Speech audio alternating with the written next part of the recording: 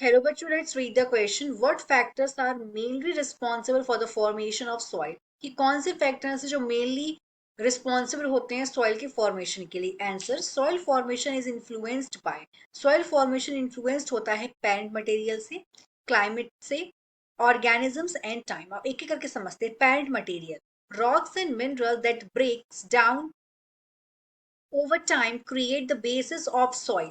कि जो रॉक और मिनरल्स होते हैं जो ब्रेक डाउन होते हैं समय के साथ, वो क्रिएट करते हैं सॉइल के बेसिस को, मतलब उन्हीं को बोला जाता है पेरेंट मटेरियल। उसके बाद आता है second factor, climate. Temperature, rainfall and weathering affect how fast soil develops. की तीन चीजें, जिस क्या क्या क्लाइमेट में क्या क्या आता है, टेम्परेचर हो गया, रेनफॉल हो गया, वेदरिंग इफेक्ट हो गया। ये चीजें डिपेंड करती हैं कि ये चीजें अफेक्ट करती है कि किस तरीके से सॉइल, कितनी जल्दी सॉइल का जो है डेवलपमेंट होगा। टेम्परेचर ज्यादा है, अगर हम डिकम्पोजिशन की बात करें तो सॉइल में क्या हो रहा है, यहाँ पे डिकम्पोजिशन की प्रोसेस ही बहुत हेल्पफुल होती है। किस तरीके से, हम थर्ड पॉइंट पढ़ने के बाद समझते हैं। थर्ड पॉइंट है, plants, animals and micro organism interact with parent material, breaking it down and adding organic matter leading to soil formation।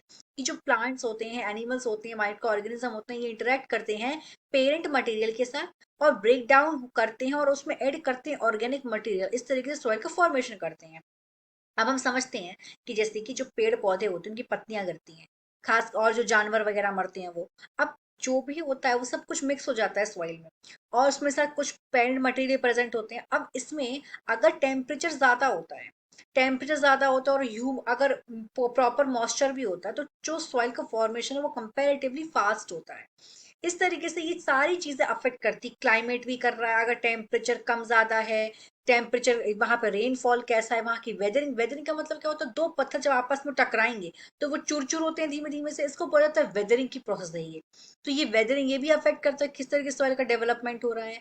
और पेरेंट मटेरियल की, जिससे बन रही है सॉइल, वो मटेरियल किस तरीके से है, तो उसकी क्वालिटी पर भी डिपेंड करता है कि वो भी डिटरमाइन करता है कि सॉइल का फॉर्मेशन किस तरीके से होगा, जल्दी होगा, फास्ट होगा। तो ये कुछ फैक्टर्स हैं जो सॉइल फॉर्मेशन के लिए रिस्पॉन्सिबल है। Hope you understood it well, all the best.